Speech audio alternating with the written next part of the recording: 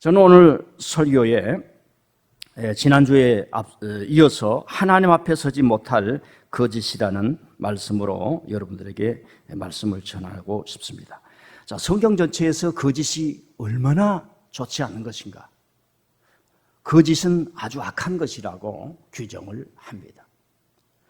우리가 살아가면서 지켜야 될 규칙이 너무 많은데 하나님의 이름으로 구약에 한 600 이상의 몇 가지 규칙이 나온다고 그래요. 율법이 나온다고 합니다. 그래서 요약하고 요약한 것이 10계명이라고 우리가 잘 알고 있습니다. 그 10가지 계명 중에 아주 중요한 것 중에 하나가 거짓 증거하여 남을 모함하지 말라. 거짓 증거하지 말라. 즉 거짓말하지 말라라고 했습니다. 우리가 이 말을 듣고 너무 피상적으로 생각할 때가 있습니다. 아니, 목사님 여러 사람이 작당을 해서 어떻게 거짓을 모의할 수가 있습니까?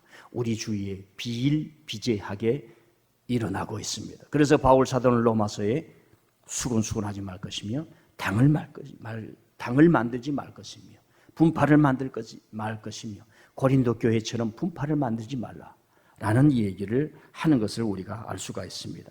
거짓이 얼마나 무서운 거 나쁜 거런가 하면 시편은 이제 노래입니다. 노래.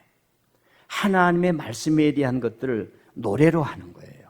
고대 시대의 노래인데 제1편 너희들은 복 있는 사람은 악인의 꾀를 쫓지 말라 했습니다. 저들은 바람에 나는 겨와 같다. 바람에 나는 겨와 같다. 그런데 여러분 예나 지금이나 거짓을 행한 사람이 힘 있는 사람입니다. 권력을 가진 사람입니다. 내가 대단한 사람이라고 생각할 때 남을 훔쳐먹고 등쳐먹고 사기치고 거짓을 행한 겁니다. 그러나 하나님이 말씀합니다. 저들은 바람에 나는 겨와 같다. 저들은 의인의 해중에 들지 못할 것이며 하나님의 심판을 견디지 못할 것, 불심판을 견디지 못할 것이다. 누가? 거짓을 행한 자가. 그렇게 성경이 우리에게 경고합니다. 자, 시편 1편에 이 거짓에 대한 경고가 나와서 거짓을 행하지 아니하는 자는 하나님의 말씀을 주의하러 묵상한다. 하나님의 말씀을 주일마다 와서 귀하게 듣는다. 이런 말씀이 되는 줄 믿습니다. 조금 더 이해를 돕기 위해서는 시편 150편에 제1편이 이런 얘기가 나왔다는 것은 요즘 말로 말하면 아이돌이 음반을 때 타이틀곡이란 얘기예요. 알란가 모르겠어. 타이틀곡이 복 있는 사람은 거짓말 행하지 아니한다. 얼마나 하나님께서 우리에게 너희들은 진실로 살아서 하나님의 은총을 받고 살아온 사람이 될지언정 거짓을 행해서 이 세상에서 낙인 찍히고 하나님의 심판을 받는 사람이 되지 말라 하는 이야기입니다. 여러분요, 거짓을 행하면 얼마나 무서운 형벌이 따르냐면 거짓이 사회를 무너뜨리고 가정을 무너뜨리고 사람의 생명을 무너뜨려 버리는 거예요. 그래서 어떤 지역에서는 거짓을 행하는 손을 잘라버리지 않습니까? 사람을 죽일 수가 없으니까. 옛날에도 내가 참말로 합니다. 진실로 살겠습니다. 이건 반드시 지키겠습니다. 그래서 도장이 나오기 전에 인장을 찍었어요. 그걸 지키지 않으면 엄지손가락을 잘라버렸던 겁니다. 거짓이 그만큼 무서운 겁니다. 자, 오늘 말씀을 보면 이 시편의 기자, 우리가 이제 다윗으로 얘기를 합니다만 좌우지간 내가 인자와 정의로 하나님을 노래합니다. 내가 완전한 길을 걸어가겠습니다. 나는 비천한 것을 내 눈앞에 두지 아니할 것입니다. 배교자들의 행위를 따르지 않을 것입니다. 악한 마음을 내게서 떠나게 할 것입니다. 하나님은 거짓을 미워하십니다. 나는 충실한 길을 걸어가겠습니다. 교만한 자를 따르지 아니하겠습니다. 거짓을 행하는 자는 내 집 앞에 내 집 안에 두지 아니하겠습니다. 이 말이에요. 왜요? 하나님은 진실을 사랑하니까. 하나님은 참말을 하는 자를 사랑하니까. 하나님은 여러분들이 하나님 앞에 나를 하나님께 잘 살겠습니다 하는 자를 사랑하시니까 그 은혜가 온 거예요. 그래서 하나님 세상처럼 내가 거짓을 행하지 아니하겠습니다. 여기 비천한이란 말이 이제 벨리알이라는 말이에요. 가치 없는 거, 무가치한 거, 세상 사람들이 막 쫓아가는 거, 가치가 없는데 막 마음이 쏠리는 것이 있지요. 벨리알이라고 하는 것은 이렇게 비천한 거, 무가치한 것인데 이것이 후에 예수님 오시기 한 300~400년 전에 묵시문학 시대에 벨리알이라고 하는 헛된 것을 쫓아가는 우상으로 변질됩니다. 말이 된 벨리알 들어보셨을 거예요. 그리고 요한계시록에도 나옵니다. 벨리알을 우상입니다. 헛된 것을 쫓아갑니다. 거짓을 쫓아갑니다. 그게 우상이라고 하는 거예요. 다 패망한다는 거예요. 자, 이 101편은 오늘 우리가 불렀던 첫 찬송, 두 손 들고 찬양합니다 다시 오실 왕. 그 뒤에 뭐예요? 여호와께 오직 주만이 나의 다스리네. 사람은요, 그 마음속에 진정으로 행하는 목표가 있어요. 하나님이 보여요. 그게 보입니다. 그러면 내게 힘이 나는 거예요. 여러분 오늘 두 눈을 뜨셨지요? 아침에 일어날 때 눈이 부시면서 눈이 잘 안 보일 수도 있습니다. 그러면 안경을 쓴다든가 눈에 운동을 시키고 사물을 바라보게 보이죠. 그럼 마음이 편하죠. 그런데 안 보이는 거예요. 아들아 안 보인다. 여보 안 보이네. 답답하지요. 여러분 우리의 영혼의 눈이 있습니다.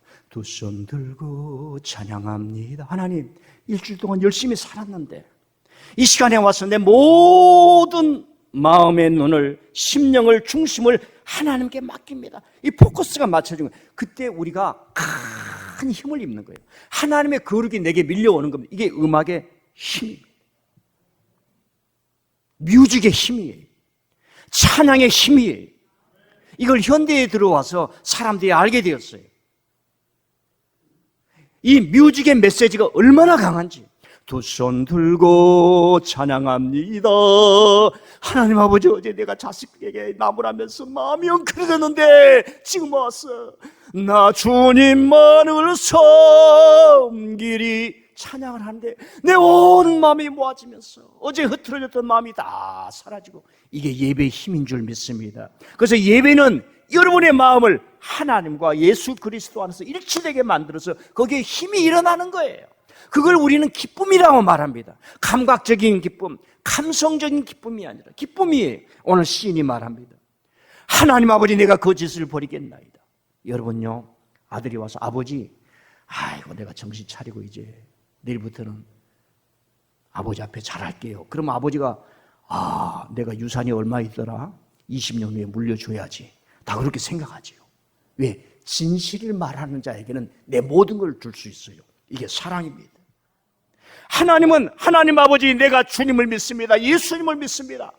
고백을 하면 천국의 유산을 준다고 그랬잖아요. 이걸 우리는 예배에서 배운 거예요. 세상에 수 없는 곳에 내 마음을 두는다 할지라도, 세상이 주관하는 벨리알에 대해서 마음을 둔다고 할지라도 우리는 만족함이 없어요. 나 주님만을 섬기리. 우리가 다 부족하잖아요. 흔들리잖아요. 힘들잖아요. 주식할라, 월급 얼마나 올랐는가, 내일 뭐 할 것인가, 마음이 흐트러졌잖아요. 주님 앞에 와서 찬양을 부를 때 내 온 마음이 하나님을 향하니 그 심지가 굳어지고 그 믿음의 근육이 굳어지고 그 결단이 굳어지면서 여러분들이 점차로 성숙해 가는 줄 믿습니다. 그렇기 때문에 지금 이 시는 말합니다. 거짓을 행하는 자는 내 집안에 거주하지 못하게 할 것이다. 왜요? 거짓은 모든 것을 파멸시키기 때문에 그렇습니다. 회사에 사기꾼이 들어오면 회사가 무너집니다. 부부간에 거짓을 자꾸 행하면 가정과 사랑은 남아나지 못합니다. 친구간에 거짓말을 하면 우정은 파괴돼 버려요. 왜? 믿습니다. 친구는 나에게 거짓말을 하지 않을 것이다. 진실을 말하고 사실을 말하고 눈물을 흘며 말하면 얼마든지 도와줄 수 있는데 친구가 용기가 약해서 거짓말을 하는 거야. 그럼 마음이 상하는 거지요. 여러분, 어떨 때는 우리는 내가 거짓말쟁이가 되어서 거짓말을 하는 것이 아닙니다. 이상하게 거짓말이 나오는 거예요. 여보, 오늘 어디 갔다 왔어? 외근 나왔다 왔어? 거짓말을 할 때가 많습니다. 그럼 잠을 못 자는 거죠. 여러분, 교회에 거짓이 들어오면 교회가 분열되고 평소에 얌전한 집사님 성도들이 이단에 물들어서 표독하게 변질돼서 전쟁터가 되는 걸 우리 주위에 너무 많이 보고 있지 않습니까? 자, 여기까지 하고요. 제가 종교 안에 들어온, 신앙 안에 들어온 거짓에 대한 얘기를 여러분들에게 좀 말씀을 드리려고 합니다. 지금으로부터 16년 전 2006년 8월 29일 네바다주 라스베가스 외국에서 미국 FBI에 수배를 받던 10대 한 명이 경찰에 걸렸습니다. 그래가지고 조사를 하면서 USB 컴퓨터를 조사하니까 이 친구가 사교 교주 워렌 제퍼스의 아들로 밝혀졌습니다.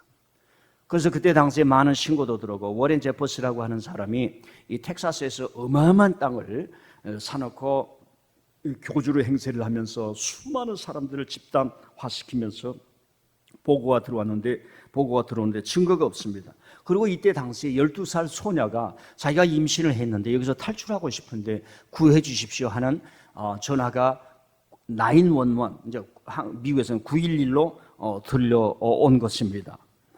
그래서 이 사람들을 보았더니 이 사람들이 예수 그리스도 후기 성도 근본주의라고 하는 이교 집단입니다. 사진 한번 1번 올려주세요. 자, 예수 그리스도 후기 성도, 저런 글을 써요. 그러니까 예수 그리스도, 좋은 말은 다 썼지요. 후기 성도 교회, 그 밑에 이제 근본주의라는 말을 씁니다. 이 집단들인데, 이 집단들이 누구냐면은 미국 솔트레이크에 가면은 몰몬 교단이 있습니다. 그런 사람들 여러분 아실 거지요. 몰몬 교단. 이 사람은 1980년도에 조셉 스미스라는 사람이 동부에서 교단을 만들었는데, 기존 교단으로부터 이단으로 몰리니까 그 200년 전에 그 사람들을 이끌고 서부로 와가지고 지금 유타주 솔트레이크라고 하는데, 여러분들 옛날에 그 올림픽도 했지요.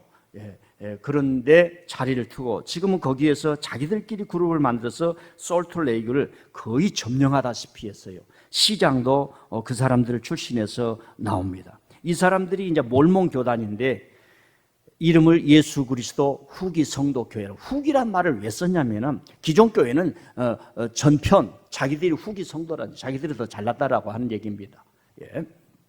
특징이 뭐냐면 이들은 교주를 예언자로 부르는 거예요. 자기가 신의 계시를 받는다. 제가 항상 얘기를 하지요. 성령을 빙자해서 내가 성령이 오늘 말씀하셨습니다. 뭐 그런 사람도 간혹 있겠죠. 1000만 명 중에 1억 명 중에 한 명 있겠죠. 하나님이 이걸로 말씀하신다니까요. 왜 자꾸 그래? 예언자를 빙자하고. 여러분, 제가 지금 생생하게 기억하는데 한 15년 전에 제가 장안동에서 목회를 하는데 교인들이 빠져나가는 거예요. 어디를 빠져나가냐 그러니까 어떤 선교사가 와가지고 성경 공부를 하는데 거기를 간다는 거예요. 아니, 선교사가 밖에 있어야지 왜 여기가 있어요? 그리고 그놈이 선교사인지 아닌지 어떻게 알아요? 성도들이 목사님한테 질문도 안 하고, 왜 학교에서 선생님한테 질문해보는 이런 습관이 없으니까 뭔가를 자기를 좀 잘해주고 그러면 거기에 빠지는 거예요. 그런 것들이 장안동에 있었습니다. 그러니까 저런 집단들은 우리 교주를 예언자로 보는 거예요. 하나님께 계시를 받았다는 거예요. 엉망진창인 사람. 그래서 자기를 신격화합니다. 이 사람들 집단 생활을 하면서 TV도 못 보고 라디오도 못 보게 하고 밖을 나가지 못하게 하고 옷도 이상하게 입어. 저런 식으로 꼭. 저게 보수적이라고. 제가 한복을 입고 이 갓을 쓰고 와서 매일마다 설교하면은 전통적이고 보수적이고 참 감사하다고 그러겠지요. 괜찮습니다. 그러나 시대마다 좀 코드가 맞는 게 있어요. 코드가 있어요. 코드가. 여러분, 우리 150년 전, 200년 전에 우리 아버지 어머니들 사진을 보세요.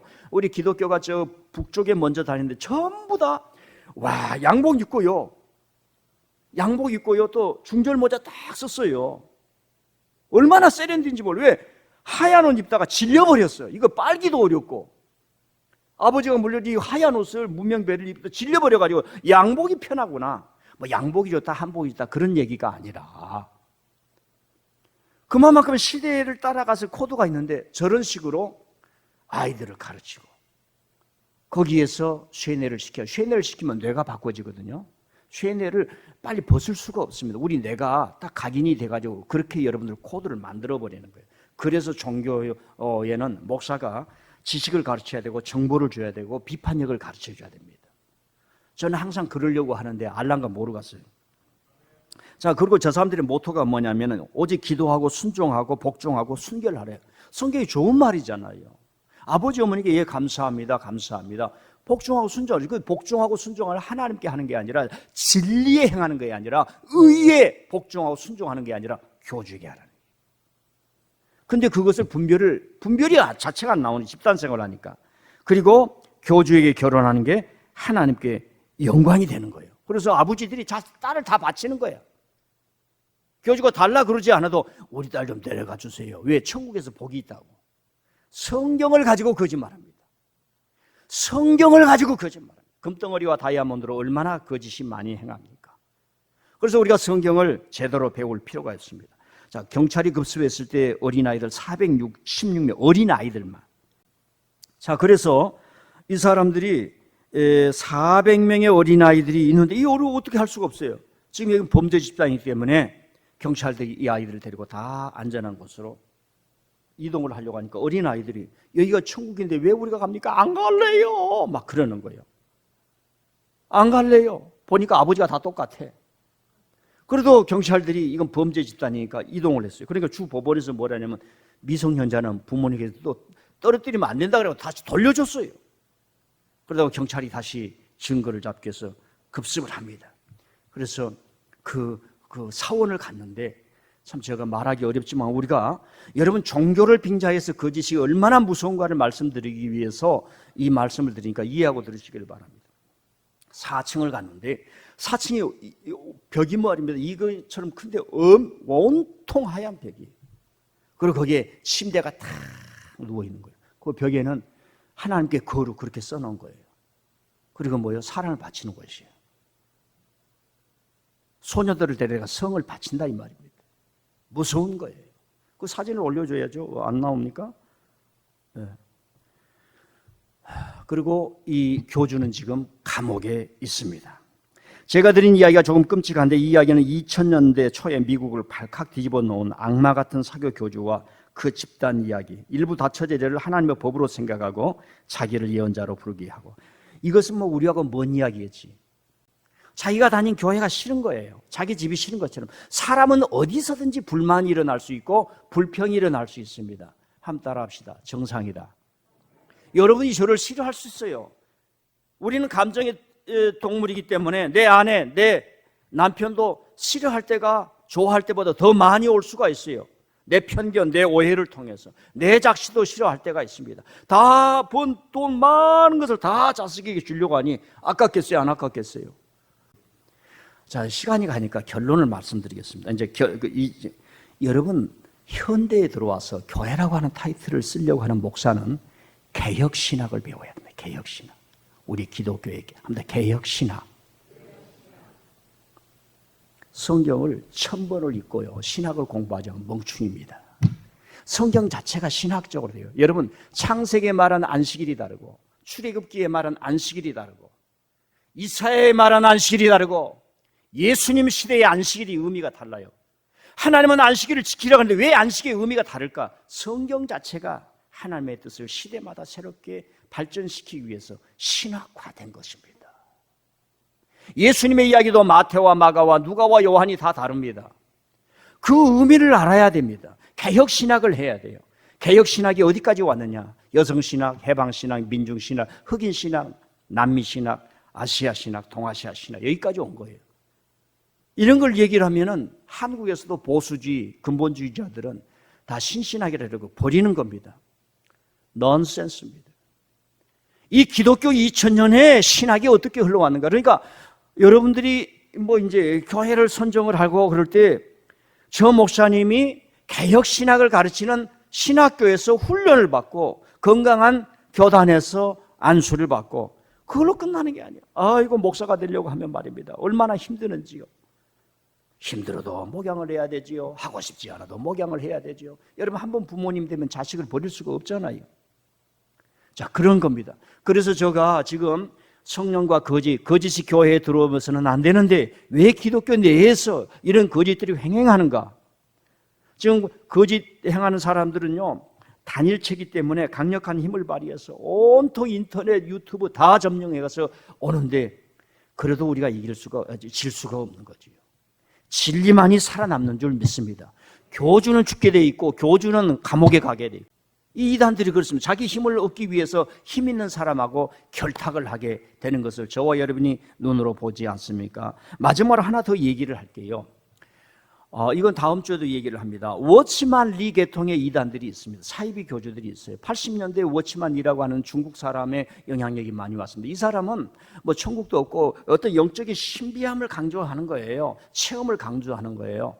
그래서 선교단체에서 얼마나 훌륭한 사람들이 많습니까? 젊은 사람들이 선교단체에 들어가면 내 생명 주님께 바치리라, 이 결단이 얼마나 헌신이 강합니까? 그 헌신은 강하는데, 그러다 보니까 헌신은 강하고 열정은 강하고 영적인 것을 추구하려고 한다는데, 선교단체라고 하는 것은 사실 지도하는 사람이 목사가 아니거든요. 자기들끼리 하기 때문에 지식이 깊지 못하고 신학에 대해서 깊지를 못하고, 그러다 보니까 어떤 기도나 영성도 약한 거예요. 그래서 이 워치만이라고 하는 사람은 교회를 건물을 짓지 않습니다. 그래서 중국에서 지방교회라고, 교회를 짓자고 우리는 선두게 한다. 그 명색이 그렇죠. 사람이 살려면 집이 있어야죠. 집이. 활동할 공간이 있어야죠. 좌우장 그래가지고 이런 계통의 그 사이비들이 있다 이 말입니다. 그런데 이 사람은 뭐지냐? 목사를 주님 그렇게 부르는 거예요. 옛날에는 남편도 주님 그랬어요. 퀴리오스 그랬어요. 구약에 보면은 남편을 여성들이 뭐라고 부른다고요? 주님. 집에 가서 오늘 1시간만 구약적으로 살아보십시오. 남편이 와서 퀴리오스 주님, 저에게 하사해 주옵소서. 좌우지간 이런 교회는 조직이 없고 자기의 목사의 권위를 노회나 총회에서 소포해 줄 수 없고, 신학교를 통해서 자기가 하나님의 훈련을 받아 어떤 영적 권위가 있잖아요. 제가 어떤 목회자를 기르는 우리 노회나 총회나 세계 기독교 단체에서 인정하는 그 신학을 공부해서 이끌었기 때문에 제가 말이 어눌하고 전라도 사투리를 많이 쓰고 생긴 것도 이상하게 쪼릿하게 생겼지만은 인정을 해주잖아요, 여러분들이. 이 층에도 좀 하면 좀 해봐요.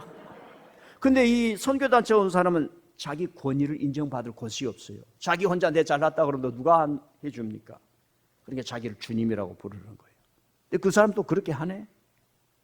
이런 데가 있어요. 뭐 주님이라고 불러도 괜찮을 거예요. 그게 뭐 중요한 거예요. 그것은 예수님을 부르듯이 부른 게 아닌데, 그런데 그 기반이라 그게 향한 것을 보면 안 된단 말입니다. 자, 이제 약합니다. 신앙과 종교를 빙자한 것이 지금도 너무 많다. 두 번째, 이교나 사교는 늘 세습한다는 겁니다. 그러니까 이런 데는 뭐예요?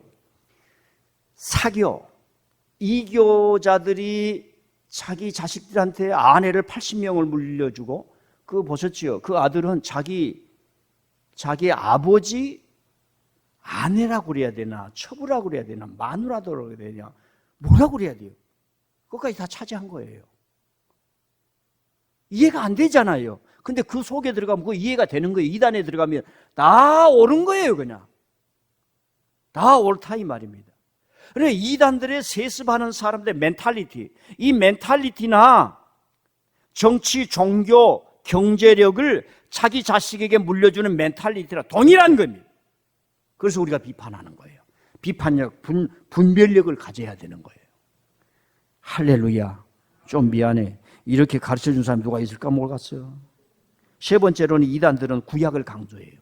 율법을 강조하고 성막을 강조하고 그 유월절을 강조하고 안식일을 강조하고. 왜? 유대교는 강압적이거든 좀요. 자, 여기까지만 얘기를 하고요. 나는 사기를 당하지 않을 것이다. 아닙니다. 우리 안에 사기가 있어요. 두 손 들고 찬양합니다. 다시 옷을 끊임없이 진실을 향해서 살아가는 사람은 예수님처럼 십자가를 지게 되어 있습니다. 내 가정을 일으키기 위해서는 내가 남편의 찬소리를 듣고 아내의 찬소리를 듣고 아버지 여러 자식들의 찬소리를 들으면서도 그 길을 한 걸음 한 걸음 갈 때 거기에 진실된 가정이 되는 줄 믿습니다. 결론으로 마지막으로 성경 읽고 마치겠습니다. 자, 시작. 거짓을 행하는 자는 내 집안에 거주하지 못하며 거짓말하는 자는 내 목전에 서지 못하리로다. 아침마다 내가 이 땅의 모든 악인을 멸하리니 악을 행하는 자는 여호와의 성에서 다 끊어지리로다. 왕이 자기 나라를 보니, 다윗 왕이 자기 나라를 보니 거짓이 충만해. 내가 거짓을 막겠다는 거고. 두 번째로는 하나님은 거짓을 싫어하신다는 메시지입니다. 예수님은 나는 길이요 진리요 등불이요 생명이요 부활이라 그랬습니다. 주님 믿으면서 이 세상에 거짓이란 정글을 헤쳐나가면서 진실의 기쁨이 여러분 속에 충만하기를 바랍니다.